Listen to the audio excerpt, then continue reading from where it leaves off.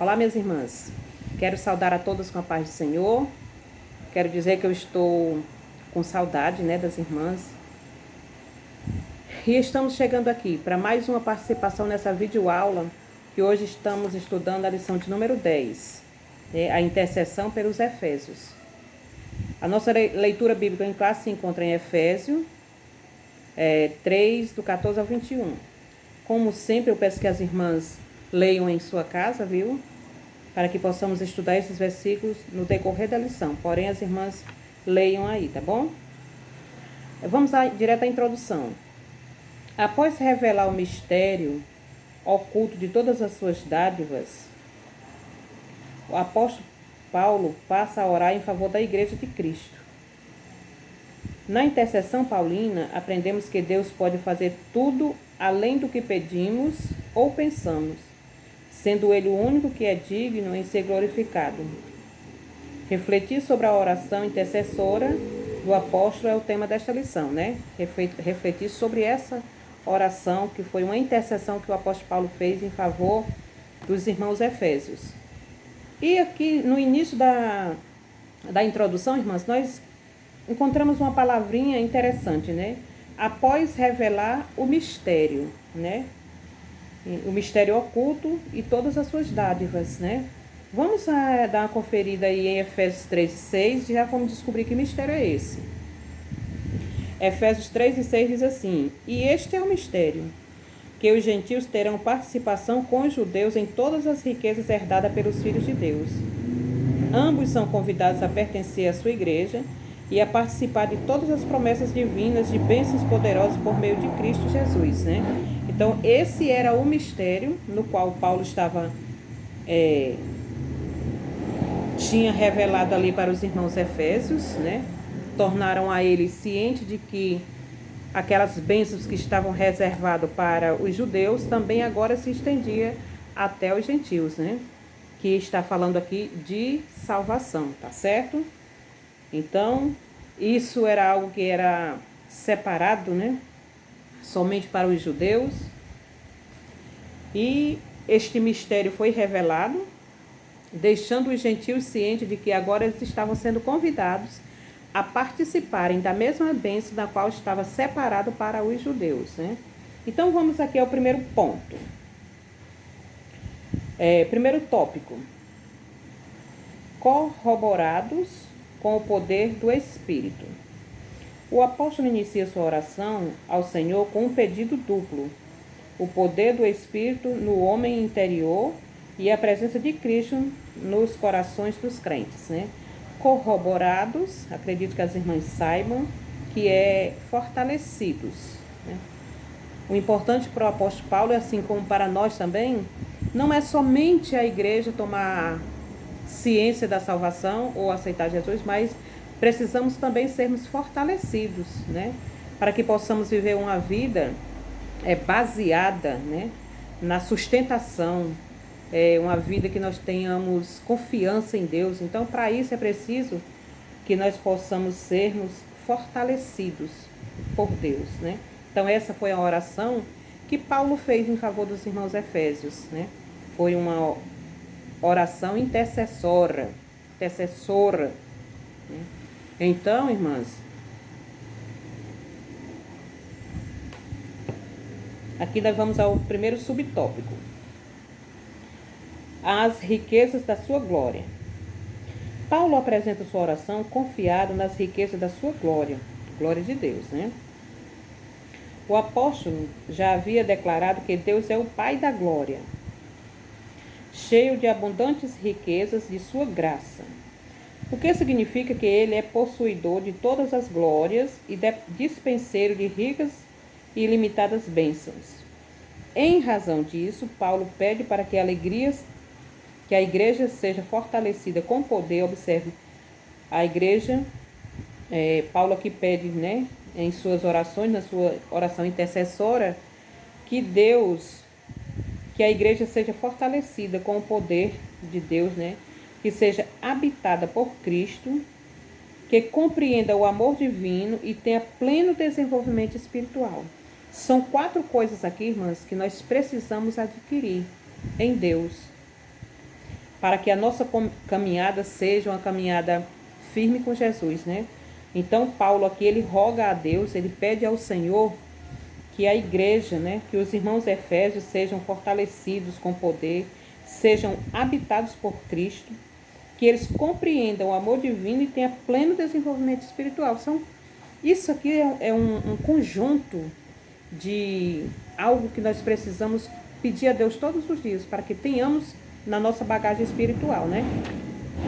O interessante aqui, irmãs, que eu acho, é que o apóstolo Paulo, ele apresenta aqui a Deus uns pedidos, né? E ele diz aqui, as riquezas da sua glória é o nosso primeiro subtópico, né? Riqueza, irmã, todo mundo sabe que riqueza não é uma pessoa próspera, né? Riqueza é o resultado de alguma coisa. Isso é chamado de riqueza. Não é o resultado de uma pessoa próspera. Muitas pessoas podem serem ricos, porém não serem prósperos.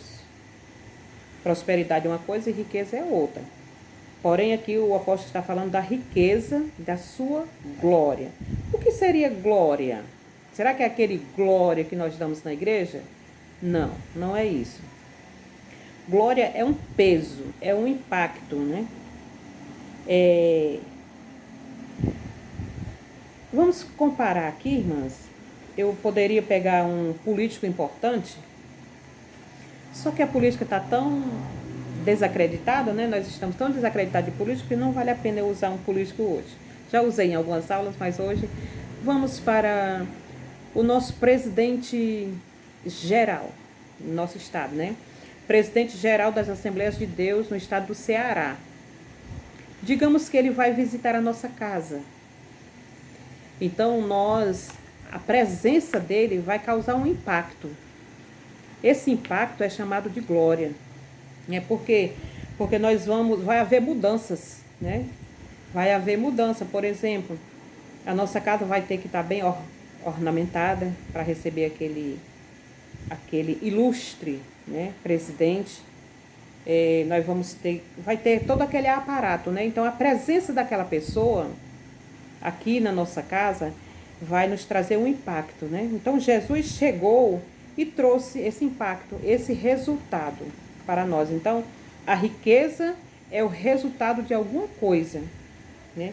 E glória é o impacto que é causado. Então Jesus chegou e ele causou esse resultado, essa glória, né?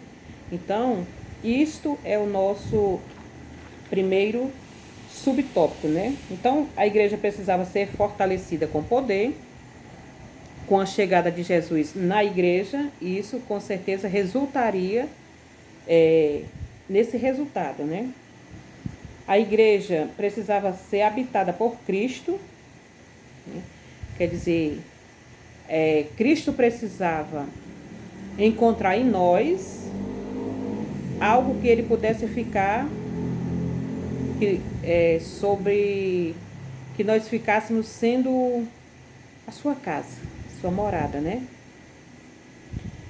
Que compreendamos o amor divino e que nós devemos ter também pleno desenvolvimento espiritual. A gente vê, irmãs, que muitas pessoas aceitam Jesus e acabam na mesmice, né? Sempre.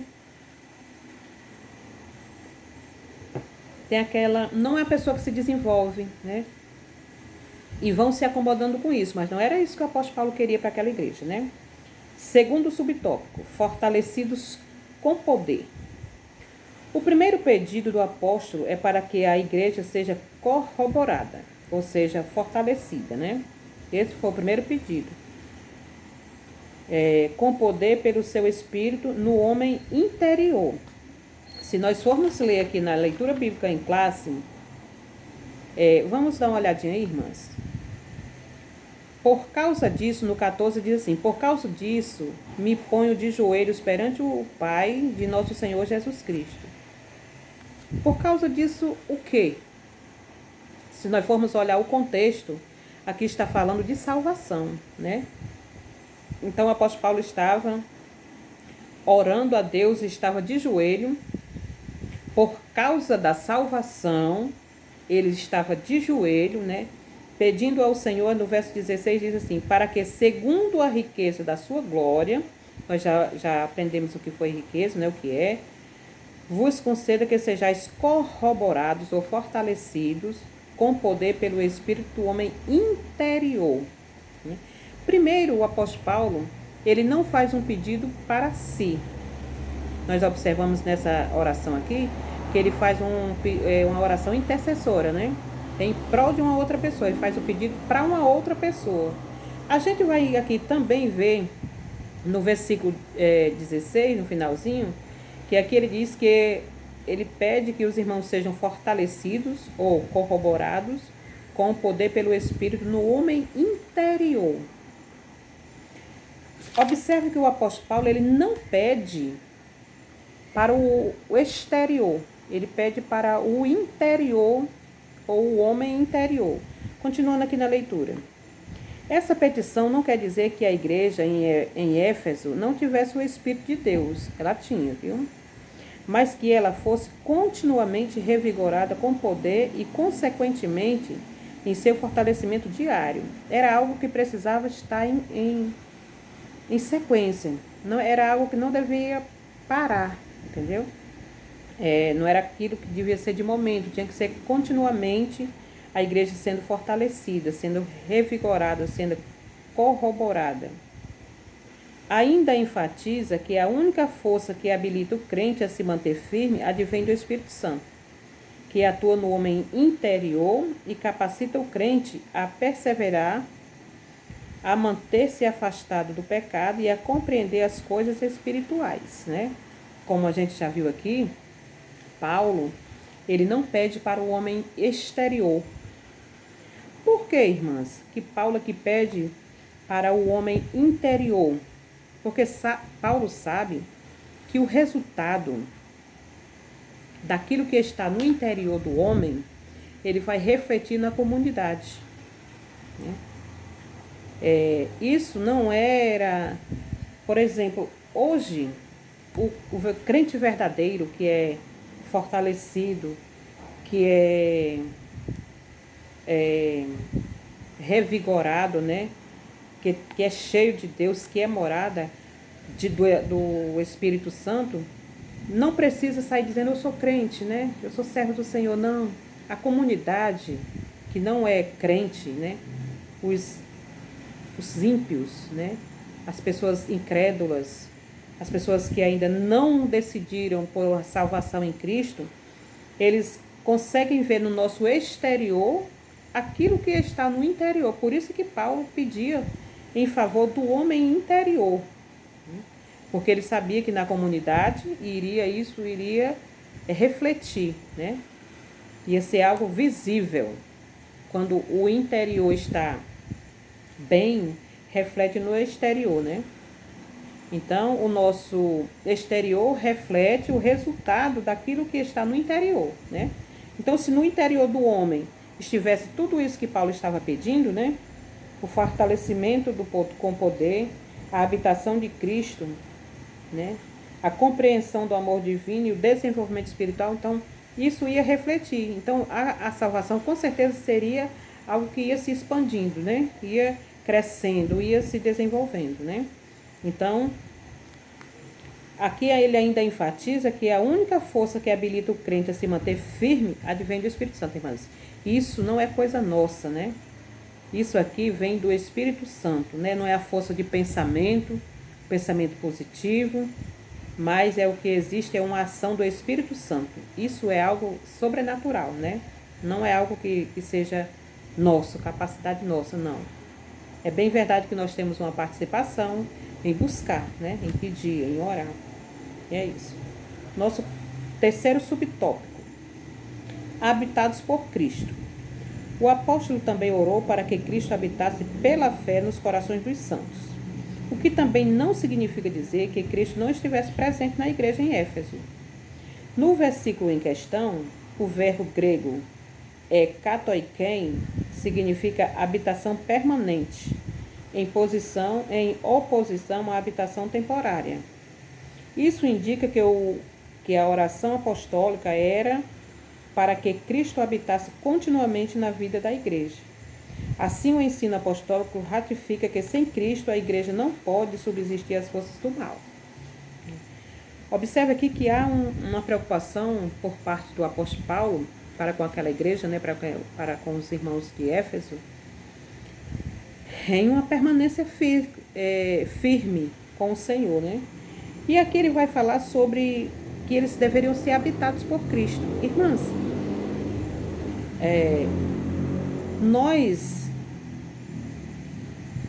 às vezes nós pensamos, talvez a gente pense que Cristo, que Jesus, ele fica entrando e saindo da casa. Entra e sai, entra e sai, entra e sai da casa. Não, não. Olha a posição de Cristo. Jesus, ele está aqui. Então, nós é que estamos aqui, embaixo. Muitas vezes, pelas nossas ações que não são boas, nós fazemos isso.